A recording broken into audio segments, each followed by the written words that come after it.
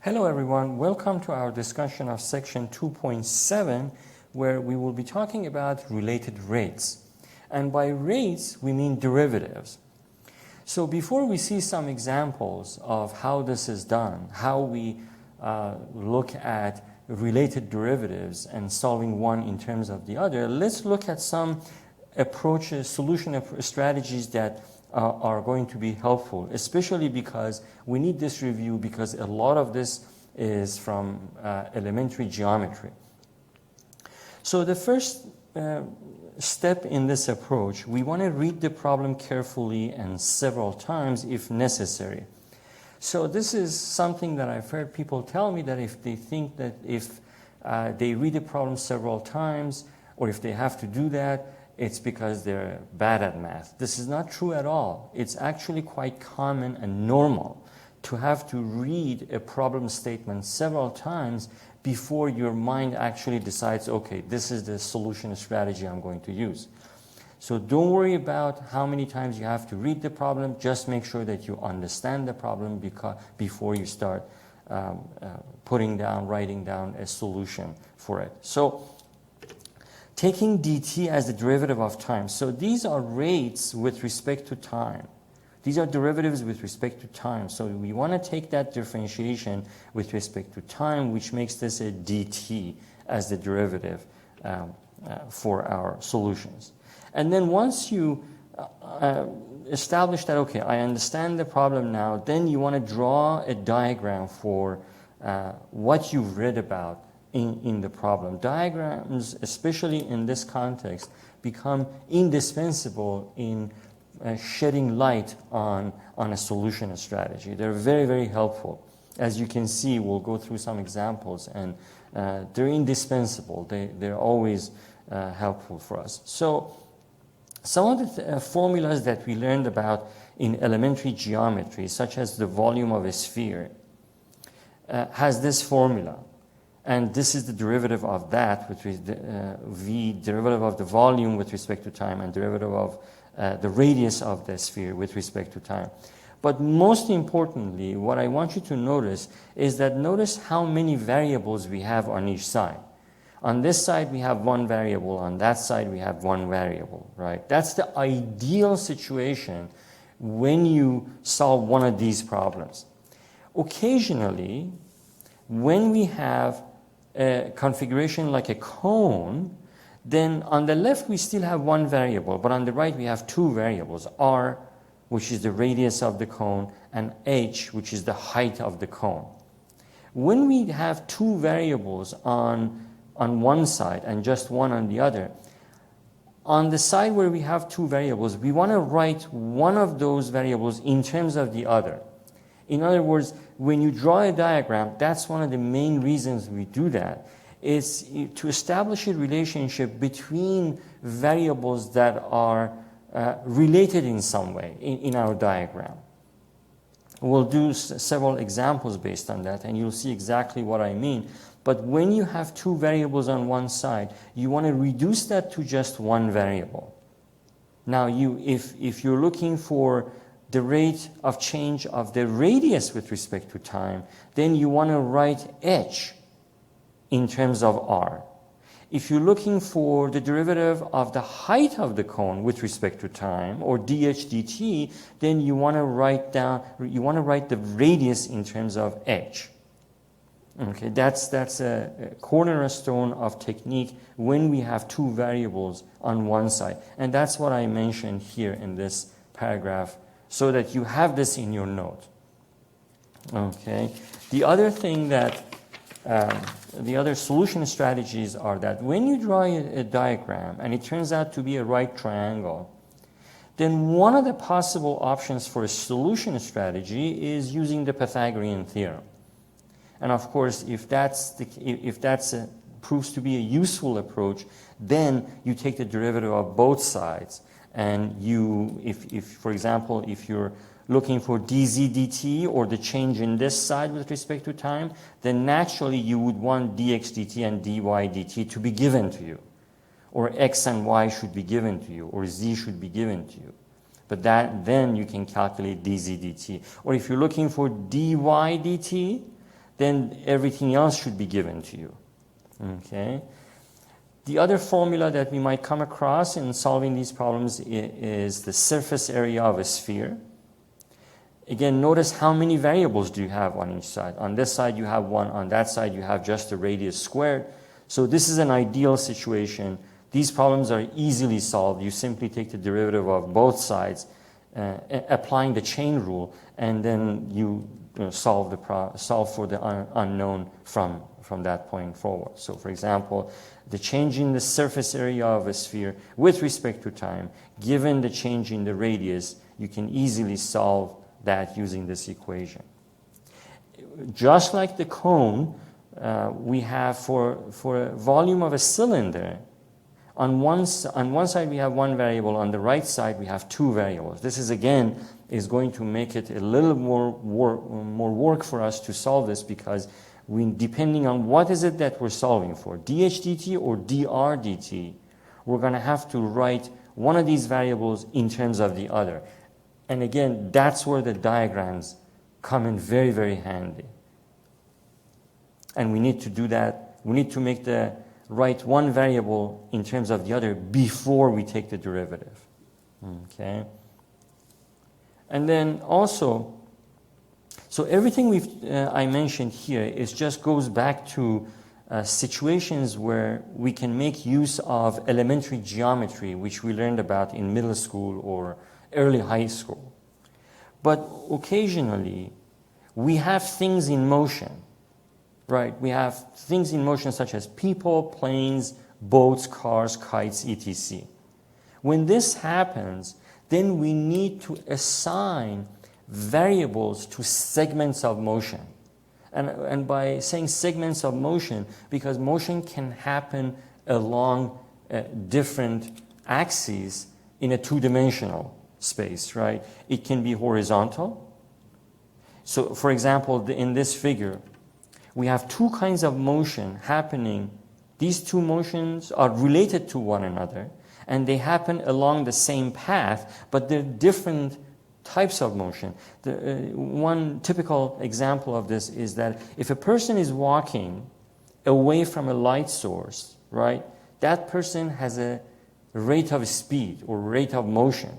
So that we can give that x, or dx dt, sorry, we can give it dx dt, and x being the distance traveled by the person, and then y would be the length of the shadow of the man. So as a matter of fact, we have an example that looks at something like this. So if you have two kinds of motion, like a man moving and his shadow moving alongside some path or a wall, then you want to give each the man and the shadow different variables.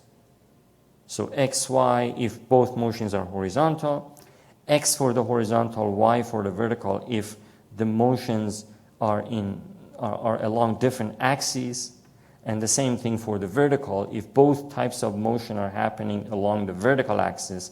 You want to give them two different variables. We don't want to give a single variable to both types of motion. That's the key point to take away from this. And of course then the rate of change of each segment of motion can be given as dx dt or dy dt, depending on which variable we gave to which segment of motion.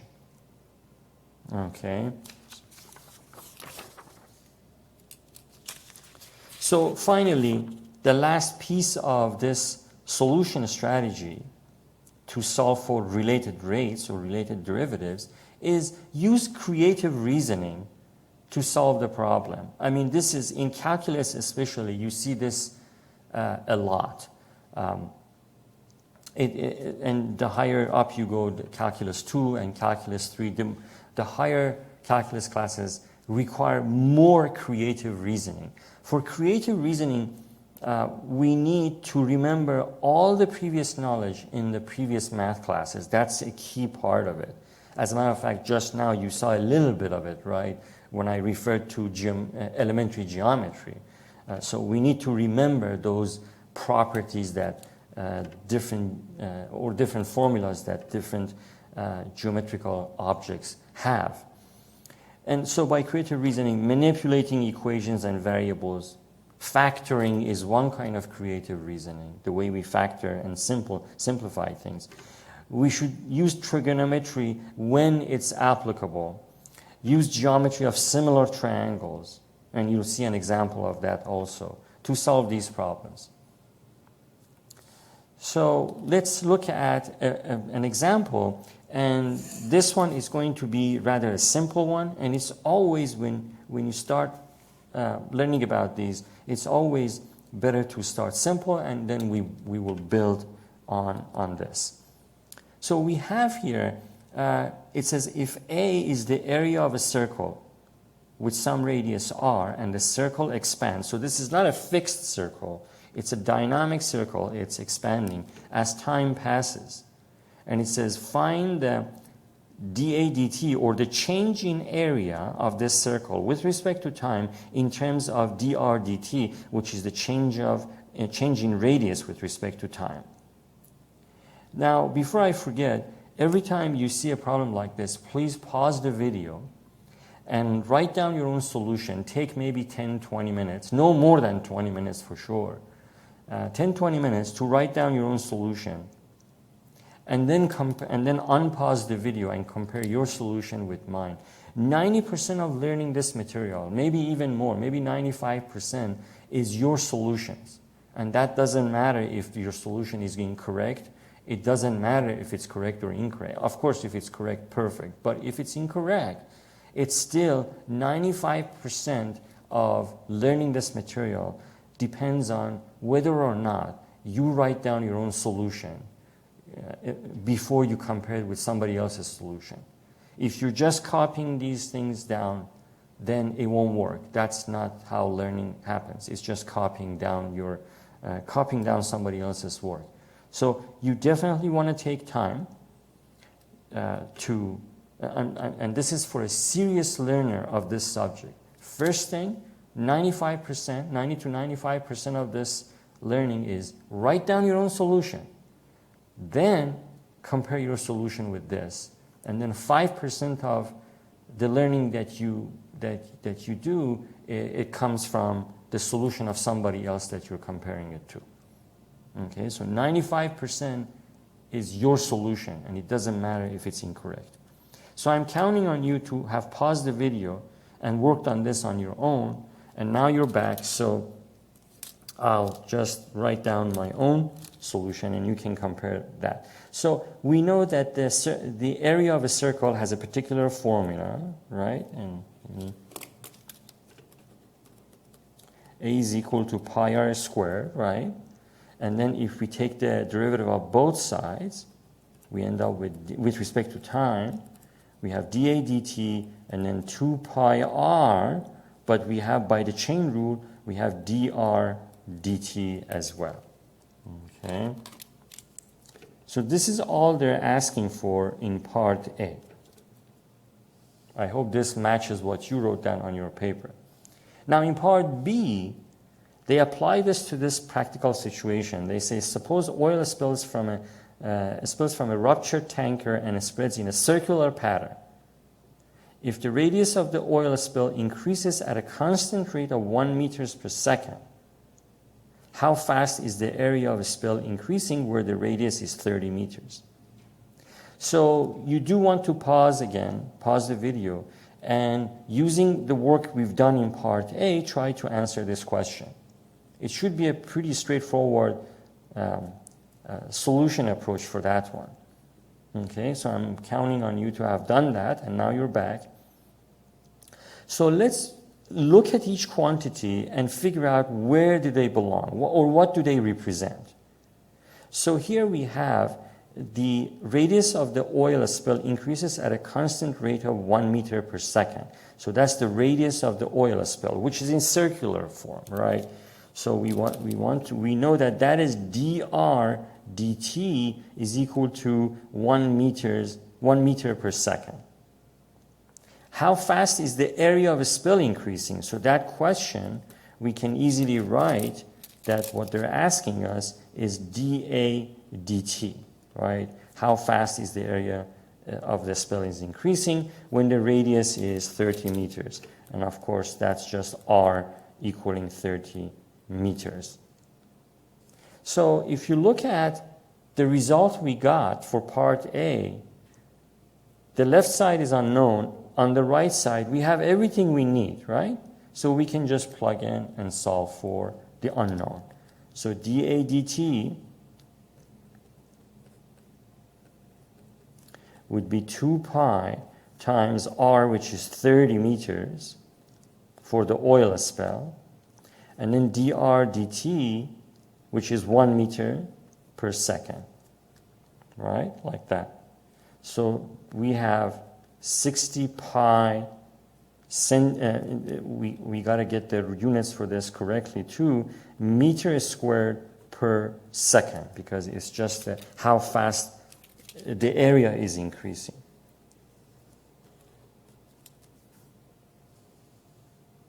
Okay, and I hope this matches the result that you have. But you see how straightforward these problems are. So no need to copy these from anybody. You can do this. You can do this on your own and just then compare it with somebody else's solution to see other ideas. If your solution is correct, you still want to see other people's ideas.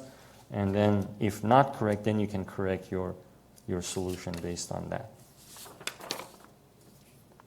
So let's look at another example. So this would be another good time for you to pause the video, just think about this, write a solution strategy down, solve it, see what you get for this problem, and then compare it with the solution you see from me here. Okay, and hopefully our answers match. So I'm again assuming that you've done that, and now you're back. So we can then compare solutions here. Okay, so they're talking about a hyperbola, right? This hyperbola, first we need to graph this. You can either use your graphing calculator or Desmos.com. I don't know if you're familiar with that website. You should be. It's a very useful website. You can graph anything there. So just go to Desmos.com, and it's this. If you haven't heard of it, it's Desmos.com. I don't know, I might have mentioned this in one of the previous lessons, but that's where it is. And then you can graph this. So let me do that also, as you are. I'm sure you've done this if you already solved it.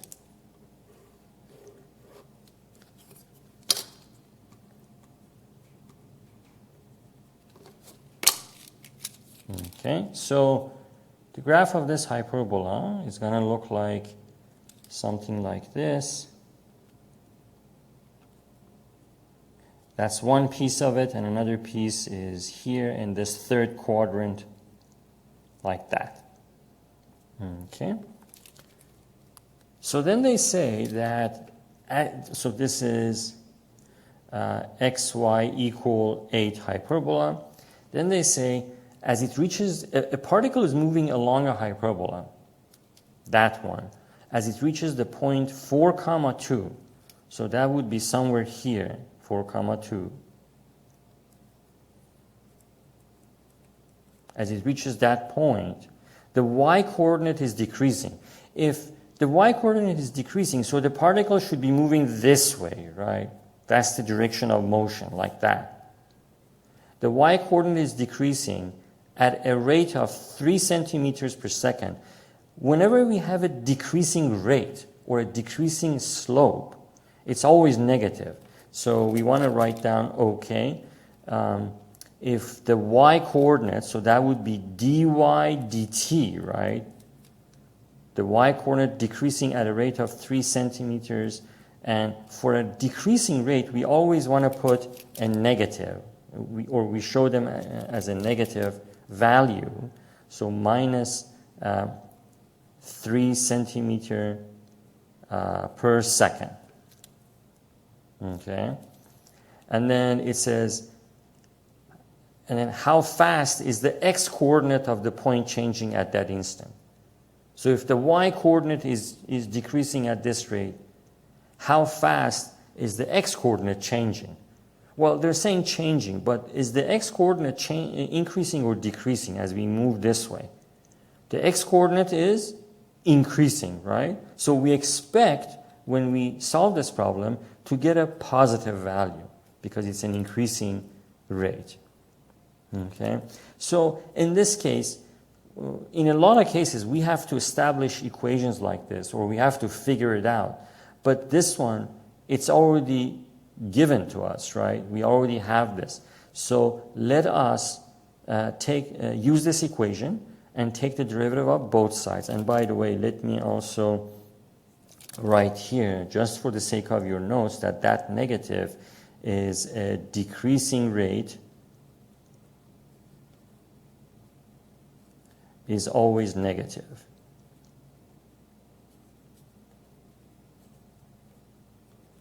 Okay. And because we're looking for how fast is the x-coordinate changing, so let me also write down dx dt as the question mark, right? That's the unknown that we're looking for. Okay, so given that, given the equation for the hyperbola, xy equals 8, then taking the derivative of both sides with respect to time,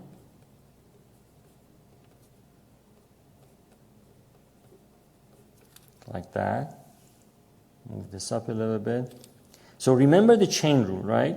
So I can't, when I take the derivative of this, I can't just say 1 times y plus 1 times x, right? We need to apply the chain rule, so we will get dx dt times y plus x times dy dt. And on the right side is just a constant. Derivative of a constant is 0. So we're looking for dx dt. Do we have everything else or not? Why? We're looking for dx dt at that point, right? So at that point, we do know what the y value is. It's 2. We do know what the x value is. It's 4. We are given dy dt as minus 3 centimeters per second. So all we got to do is plug in. And let me do that and do the algebra after that, right? So dx dt times y, which is, you can still see it on the screen, it's 2, plus x, which is 4, times dy dt, which is right there, minus 3, right? Minus 3 equals 0. So what do we have? We have 4 times minus 3 minus 12. Move it to the right side, it becomes positive 12. So we have 2 dx dt equals positive 12. And therefore, dx dt is equal to 12 divided by 2, 6. So this is the rate of change of the x-coordinate with respect to time at this point. So a little further, at any other point, this is not going to be the case. This dx dt is true at that point. Okay, so let's, and of course I should remember to put the units there. So this is going to be centimeters per second, like that. Okay. I hope this matches what you have in your own solution.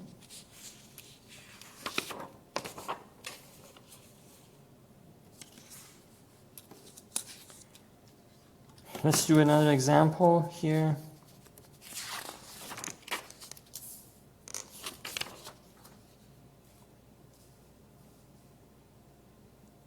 So here's another problem. Please go ahead, pause the video, take your time, read it carefully, several times if you have to, and then think of a solution strategy. That's a very, very valuable approach. If you try to do this heavy lifting on your own, it's very, very valuable. And of course, once you're done, in about 20 minutes, 25 minutes, then you can unpause the video and see, compare your solution with this. Okay, so I'm hoping that you've already done that, and now you're back. Oh, one thing I should actually, it says figure below shows ship A and ship B such that ship A is 150 kilometers west of ship B at noon. Sorry, I need to give that, I need to give you that information. So this is ship A, and this is ship B. Let's put it here.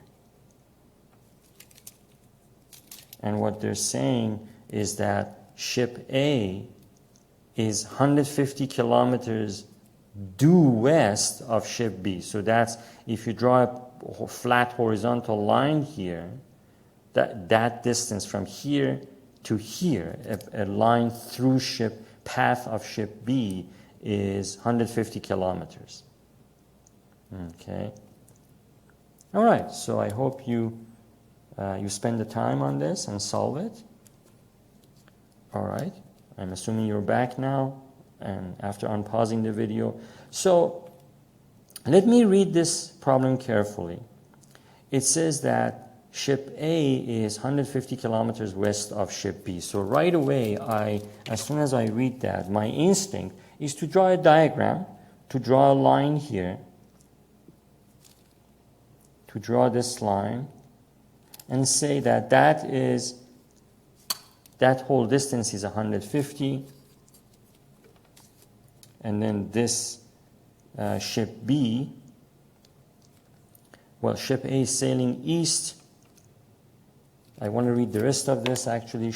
Ship A is sailing east at 35 kilometers per hour, and ship B is sailing north at 25 kilometers per hour. So this ship A, at the point they gave us, is moving east in that direction, this being north, east, west, and south. It's moving in that direction at the speed of 35 kilometers per hour. Okay, so I'm going to write down here 35 kilometers per hour. That's that ship A. Ship B is sailing north that way at 25 kilometers per hour. So let me also write that. And I'm going to put an arrow where as the path of motion for ship B. So it's going that direction, northward, at the speed of 25 kilometers per hour. Okay, that's ship B, ship A. How fast is the distance between the ships changing? So they're looking for us to figure out this distance from ship A and ship B. If they're moving, there's a lot happening in this case, right? There's a lot happening in this problem. This ship, this ship is moving that way, that ship is moving north, and then there's a distance between these two ships that they want us to find out how fast it's changing, how fast is the distance between the ships changing at 4 p.m. So we have, this is critical here because here they give us that ship A is 150 kilometers west of ship B at noon. Right? That's happening at noon. But at 4 p.m., the question they're asking, how fast is this distance, this dashed line, is changing at 4 p.m., so 4 hours later. Right? In 4 hours, a lot has changed. Right? Ship A is no longer going to be here. It will have traveled 4 times 35 kilometers per hour. That's quite a bit. That's 140 kilometers, right? And how about this ship B? Ship B has moved 100 kilometers towards north, right? But along the same path. So now look how many things are changing, because this is important, because anything that is changing, we need to give it a variable. All right, and then that thing with respect, derivative of that variable with respect to time is the rate of change. For example, this ship A is the distance from this ship A to that, the line of path through the path of the line through the path of ship B it's moving towards that, right? This path is the same, exactly the same, because ship B is moving north along this path. But the distance of ship A to that path is constantly changing, right? So let's give it a variable. Let's call it x. And then, so that would make this rate of speed of ship A. So if I have x there, what is 35 kilometers per hour? It would be dx dt, right? And if that is changing, so is this distance, right? There's a lot that is going on, really, in this problem. That is changing. This distance is also changing. So how am I going to label this distance? Can it be 150? No, because 150 is at noon. But as this ship is moving, that distance is changing. So the more this ship is, the higher the x value, the shorter this distance will get to this line through the path of ship B. So we can assign a quantity to this and say this is 150 minus x, right? So if you tell me that ship A has moved 50 miles eastward, then how far away is ship A from this line? 150 minus 50, 100. If you tell me that x is 70 miles, or ship A has traveled 70 miles, then 150 minus 70, then ship A is within 80 miles of this path. Okay, so that's what that means. All right, so we come to this quantity. We need to give this distance is also changing, right? Because ship B is moving. So we got to give it a variable. So let's give it y. So if that is y, just because it's along the y-axis, what would that make this, which is the rate of speed of ship B? It would make it dy dt, right? So that's that. So that is changing. We have variables for that and the derivative for that rate. X is changing, we have a variable and a derivative for that. This is changing, we have a quantity for that. This distance is changing, 150 minus x. What about this? We have still not done anything with this piece, right? And the question is about this distance. So we got to give this a variable. Let's give it z. Since we gave x and y, let's give this z. And if that's z, then how fast is distance between the ships changing becomes dz dt. Why don't I make these dy, change the color for these? Because dz dt is the question mark. So I'm going to write that here. dz dt is what they're asking about. Okay? The change in that distance. We gave it a variable, and the change in that variable with respect to time is dz dt.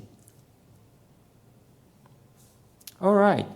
So the way this is set up reminds one as of a right triangle, right? So this, for sure, this is 90 degrees because of the information they give us. This ship is moving due north, and this ship is moving due east. So their path, the intersection of their path is 90 degrees. It meets at 90 degrees. Okay? So if that's the case, then eventually maybe we can use the Pythagorean theorem for this triangle. For this triangle. And this is really a strange triangle, isn't it? Because this side is changing, this side is changing, this side is changing, right? So we got to be really careful about how we set up the Pythagorean theorem for a right triangle whose all three sides are changing. Okay, we got to be careful about that.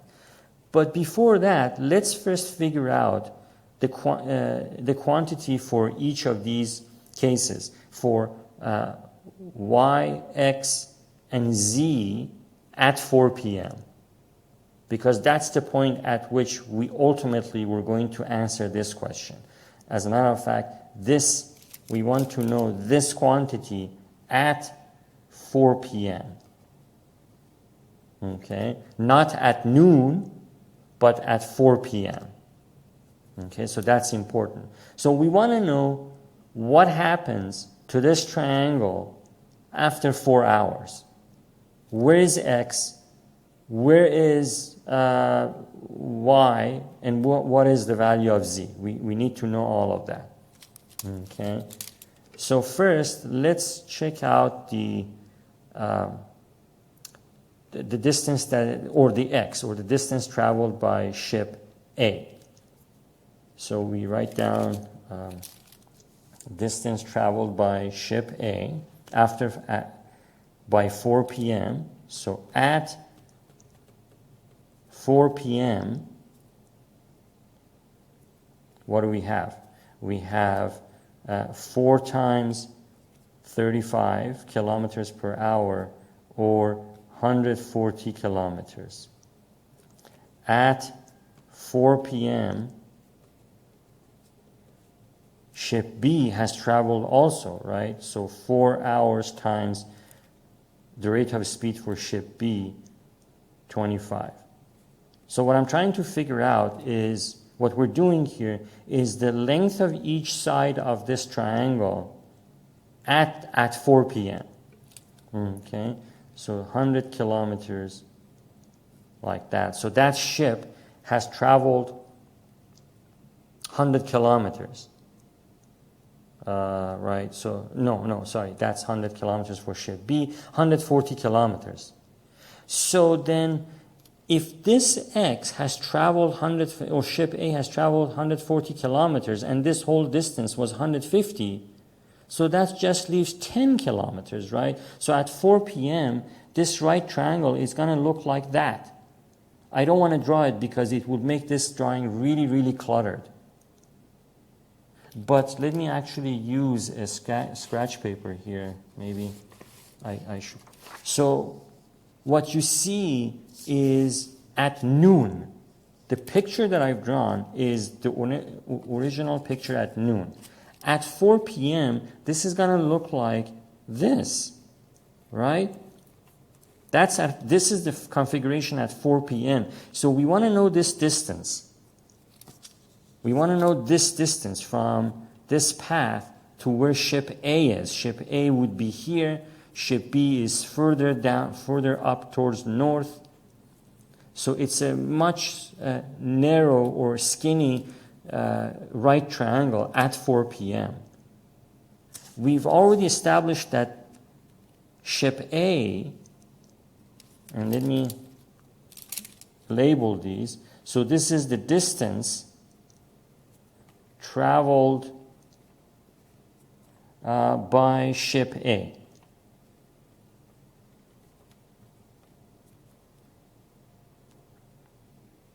At 4 p.m. Okay? And this is the distance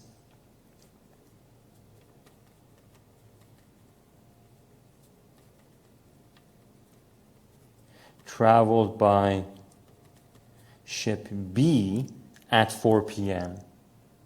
So if this ship was here and traveled 140 kilometers by 4 p.m., what is the distance left to this path of ship B? That's just 10 kilometers, right? So we need that information. And that would be this that I was trying to draw I was trying to distinguish. Maybe I should have drawn two pictures, and I drew one. So this would be 10 kilometer. So x would be 10, or this side. Let me not call it x, but this distance would be 10 kilometers, and that would be at 4 p.m. And that would be 100 kilometers in that direction. And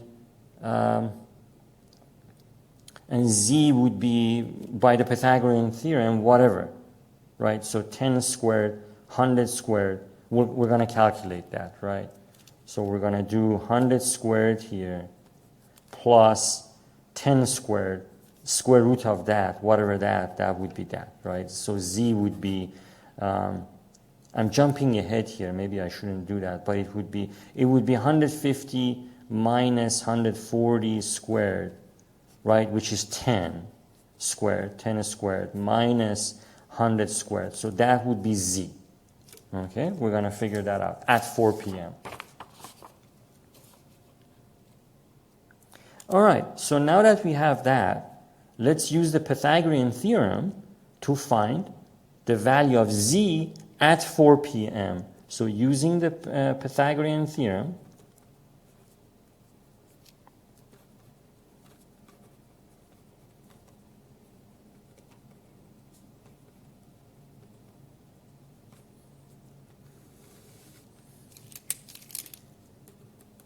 at 4 p.m., we have z squared. So this is not the Pythagorean theorem for this triangle, the right triangle. It's the Pythagorean theorem applied to the one that I showed you, this triangle at 4 p.m. Okay, just remember that. Okay, z squared is equal to square root of 150 minus 140, right? The one that I was just mentioning earlier, plus 100 squared. Okay, and then, so what is after we simplify this, we get z. I got z, please double check these numbers, 10,100, a square root of 10,100. Okay. So now let's write the generalized, so we just did this to find z. We found x, y, and now we have z. Now let's write the generalized Pythagorean theorem for this triangle, this right triangle, which happens to be the triangle where ship A and B are at 4 p.m. When we do that, we're going to have z squared equals, 150, let me just write it as this, without the square root. So z squared, 150 minus x squared plus y squared, like in general terms. Right, so now this is important because now we're going to take the derivative of this. We are looking for that, right, dz dt. So we need to take the derivative of both sides here. We end up with 2z dz dt on the left equals 2 times 150 minus x to power 1 times minus x has minus 1. By the chain rule, multiply this by dx dt, right? And then plus derivative of y squared is 2y dy dt. Okay? So notice that if you factor the 2's cancel out, right? This, and that. We can cancel it. Now what do we end up with? We're looking for dz dt. Do we have z at 4 p.m.? Yes, we do, right there. Right? Do we have x at 4 p.m.? Yes. Let's see. Yes, 140. Do we have y at 4 p.m.? Yes, 100. So we have everything we need. So let's plug in. But before that, let's simplify the left side in terms of dz dt. And let me move this up a little bit. So we have dz dt equals 1 over z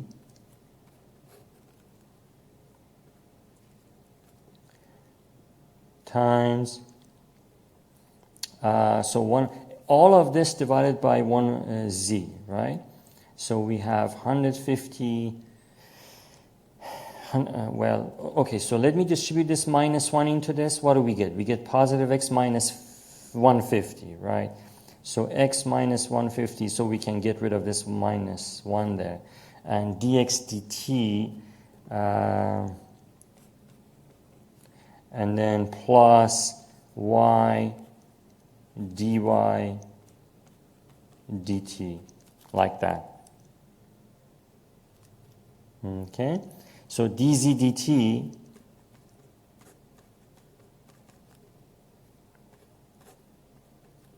one over square root of 10,100, which was z, right? I'm just plugging in that in here. And then times x was 140 at 4 p.m., right? So we have 140 minus 150. dx dt, we know is 35 kilometers per hour, plus y at 4 p.m., it's 100 kilometers, times dy dt was, what was it? It was 25, right? So after simplifying all of this, then the answer, I'm running out of room. That's why I want to write down the final answer, because I don't want to go to a second page. It's better to keep all of this solution on one page rather than move to another page. But after simplifying and calculating, we should agree that the value for dz dt is almost, so I rounded this, 21.4 kilometers per hour.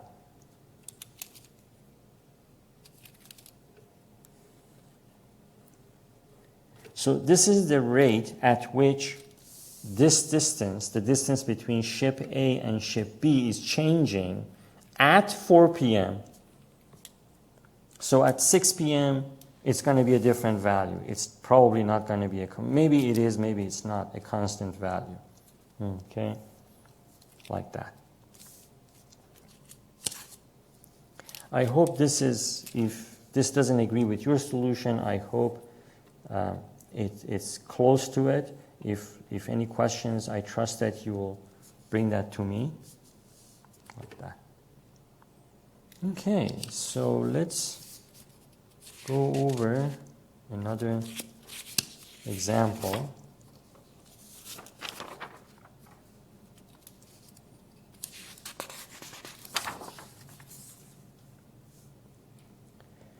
So here we have a spotlight on the ground shines on a wall 12 meters away, right?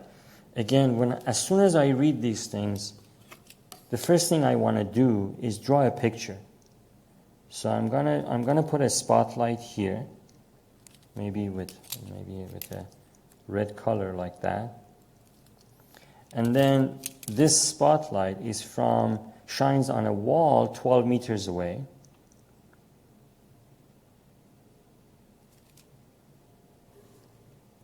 And before I forget, please do this on your own. Take no more than 20-25 minutes to solve this on your own, and then unpause the video to see what I've done. But that's how I would approach it. First, a diagram. So this is a wall 12 meters away. I'm going to draw a wall there.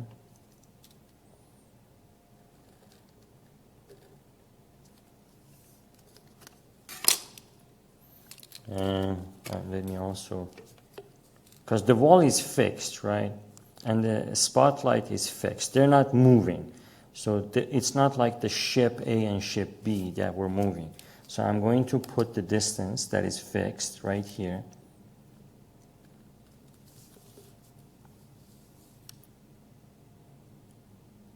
So this should be 12 meters.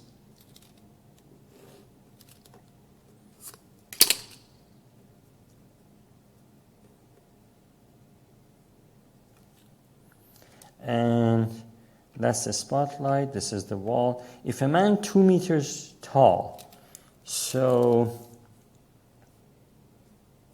let's put the man somewhere here, maybe here, and then like that. So here's this man,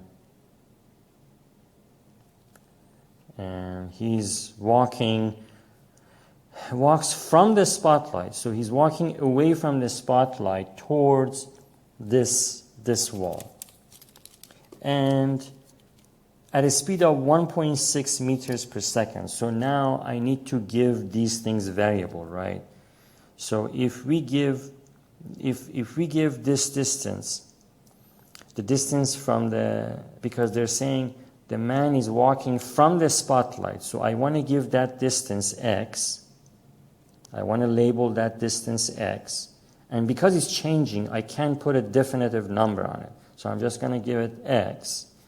Then the rate of speed of this man with respect to the walking, it would be dx dt, right? The rate of change of that distance with respect to time. So I'm going to write dx dt is equal to 1.6 meters per second. And then it says, how fast is the length of his shadow on the building decreasing? How is the length of his shadow on the building decreasing when he is... So he's casting a shadow on the building, right? From the experience, and we know this from experience, that if you are closer to the spot, in a situation like this, if you're closer to the spotlight, your shadow on the wall is going to be taller. And as you move away from the light source and closer to the wall, the shadow is going to match more closely to your height, right? So we know that. So the shadow is going to drop down or decrease in length. But initially, this is the scenario. So let me put a dashed line. So that's the dashed red line represents the light hitting the top of man's head and striking the wall.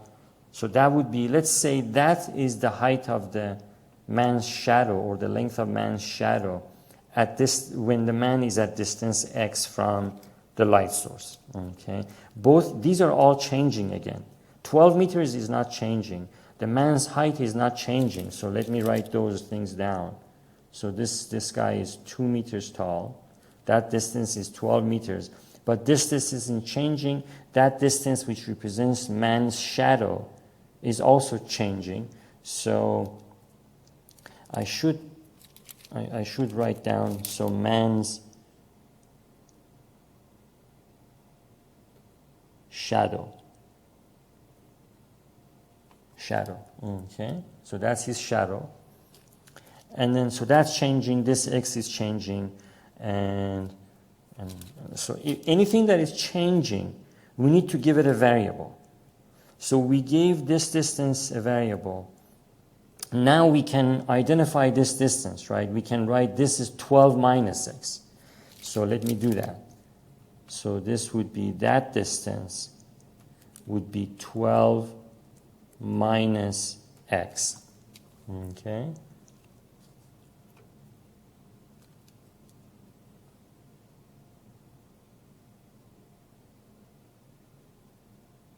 So now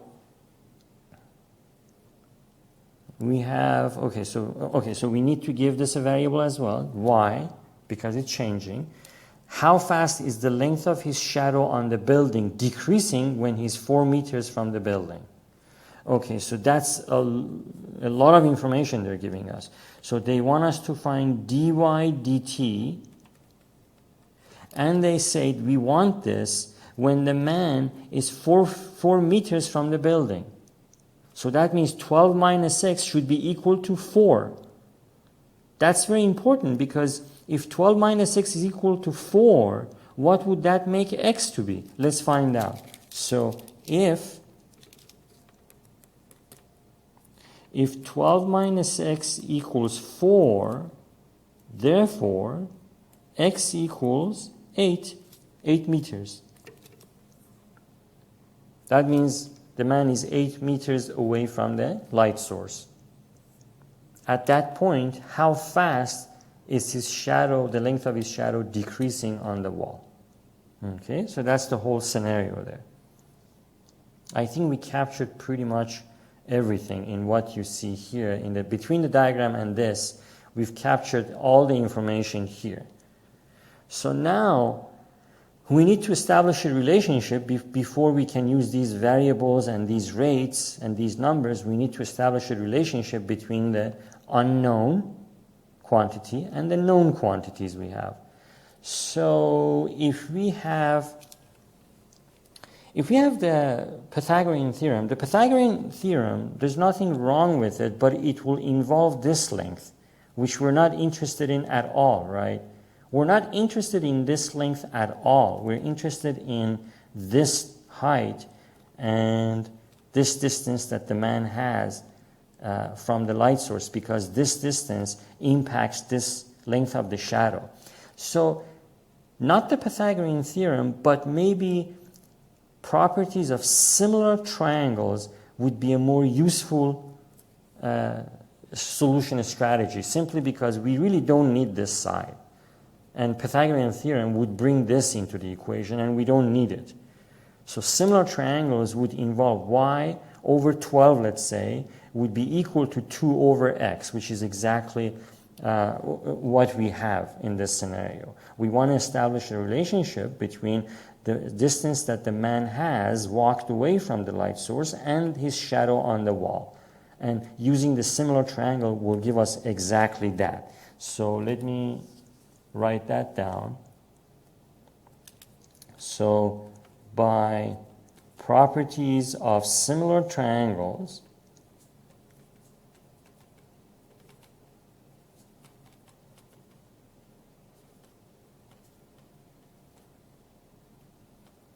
we have y, the length of the shadow, the changing length of the shadow, that's why we have a variable for it, over this fixed distance from the light source to the wall. That's a fixed distance, right? 12 equals the fixed height of the man, 2 over the x variable, which is the changing distance between the man and the light source. Okay? Now, if we solve this equation for y, we have y equals 24 over x, right? And so now this is really neat because it gives us an equation that establishes a relationship between y and x, and then also we can, if we take the derivative of this, we can find dy dt. Okay, so let me, before taking the derivative, let me put this in power form, or power, let me put this x in power form. So y equals 24 times x to minus 1 power. This is easier to take the derivative of. So dy dt on the left would be equal to 24 times negative 1 times x to negative 2 power times dx dt. Okay? Things are falling into place, right? And remember, it all started with the diagram. The diagram made things easier. Okay, so then, or after simplifying, let's simplify this. Or dy dt is equal to minus 24 over x squared times dx dt. Okay, so now we can just plug in. We've already figured out what x has to be when the man is 4 meters from the wall. X has to be 8. So we have everything we need.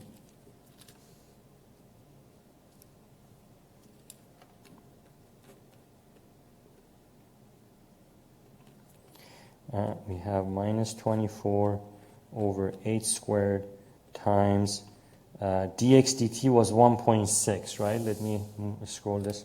Dx dt was 1.6 meters per second. There it is. The man walks from the spotlight towards the building at a speed of 1.6 meters per second. So 1.6 meters per second. Okay, so we end up with dy dt being equal to minus 0.6 meter per second. Of course, this makes sense, right? Because it's a negative rate, which means the length of the shadow of the man on the wall is decreasing, which is what we expect because the man is walking away from the light source. Like that. Okay, I hope this is either this agrees with your solution or matches it very closely.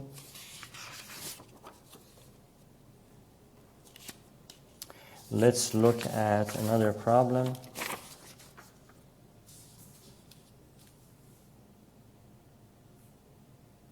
All right, so here we have a scenario. I'll let you pause the video at this point and solve this problem. Draw a picture and solve this problem on your own.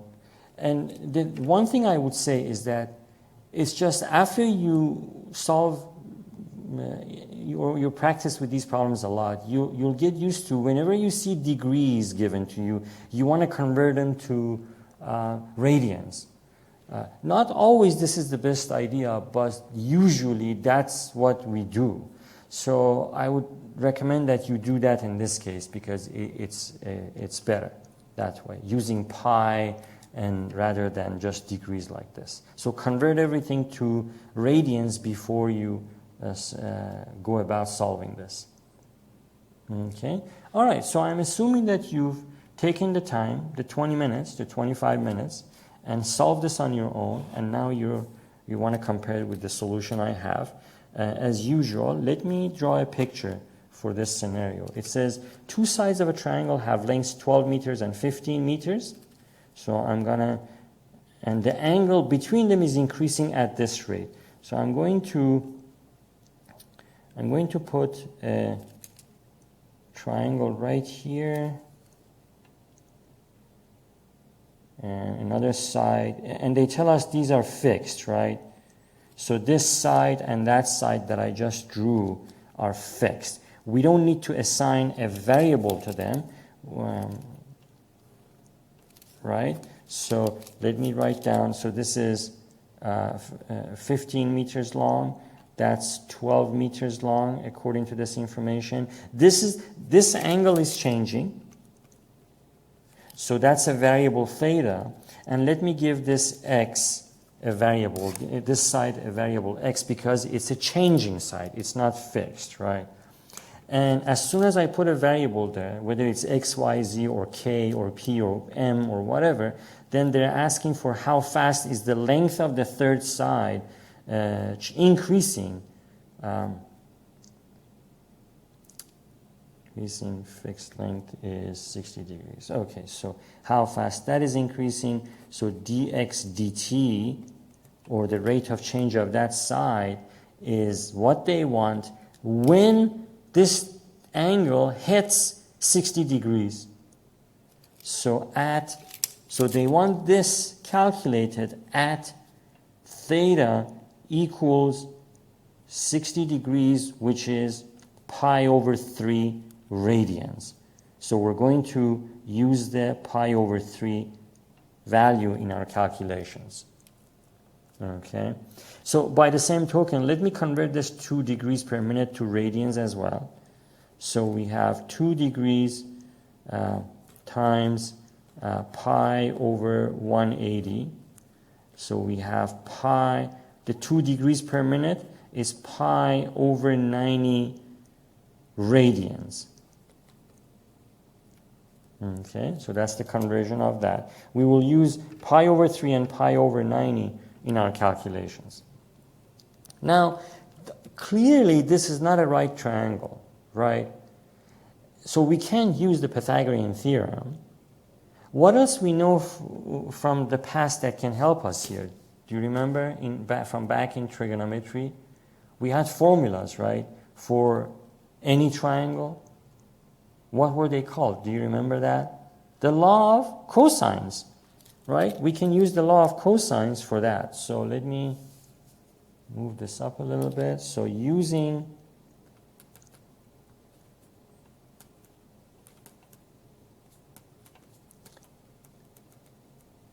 the law of cosines, we have x squared equals 12 squared plus 15 squared minus 2 times 12 times 15 times cosine of theta. All right, like that. So let me simplify this and generalize it into this. So x squared equals, that would be, this is 144 plus 15 squared. So I got 369 plus 2 times 12 times 15. We have 360 cosine of theta, right? And let me just call this equation 1. So this we want to call equation 1, right? So notice that we want dx dt, right? But in this equation, if I take the derivative of this equation, what will I end up on the left side? I will end up 2x dx dt, right? On the left, we will get 2x times dx dt. So this is what we're looking for. But how about x? We need x, right? We need x. So how to find x?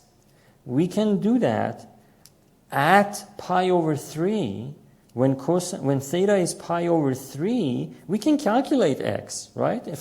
Even from this formula. So let's do that. So at pi over 3,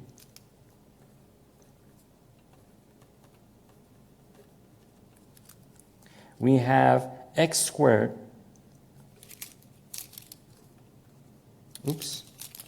we have x squared equals 369 minus 360 times cosine of pi over 3. Now cosine of pi over 3 is 1/2, right? So this quantity is 1/2. 1/2 times 360, that's 180. So we get x squared equals 369 minus 180. 1/2 times 360 is 180. And then we have x would be equal to square root of 189. Okay, so that's x. So now let's take the derivative of both sides in, by the way, going back to the original, so this is, right, I calculated here, but I forgot to identify it to a rate, because this is a rate. It was 2 degrees per minute. That's by how much this angle is increasing, 2 degrees per minute. We converted it to pi over 90 radians, and so this quantity is d theta dt, the change of rate of that angle between the two fixed sides with respect to time. So I just had to add that. Okay, so now let's take the derivative of this equation 1.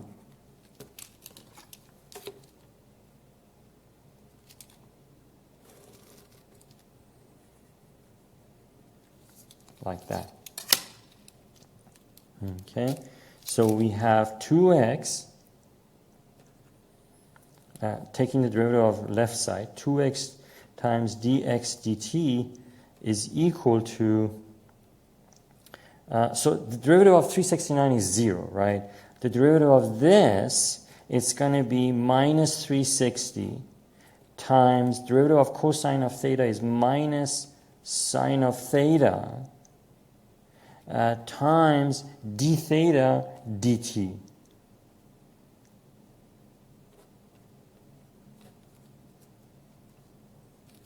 So now dx dt is what we're looking for, right? Right up there. It's what we're looking for. So we got to divide all of this by 2x. Let's do that. I'm just going to write it in simplified form. Dx dt is equal to 1 over 2x multiplied by all of that. And why don't I put, because I'm again running out of space here, why don't I include all the numbers so it will, hopefully I can finish it on one page. So minus 360, we have, that's minus sine pi over 3 times d theta dt is pi over 90. Okay?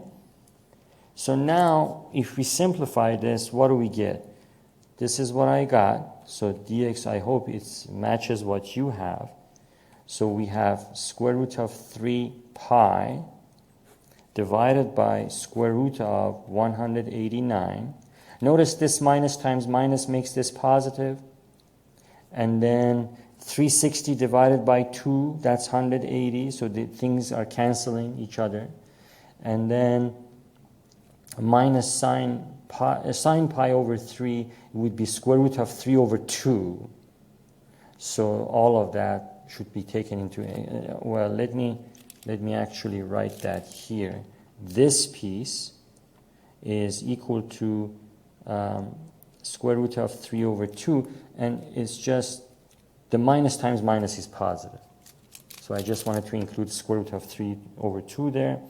And then this quantity then will be 0.3958. Then maybe it's better if we round this even to a more to a smaller to some other number like that. This would be more meaningful than that, right? As far as we're concerned. So 0.4 meters per second, I guess, per minute.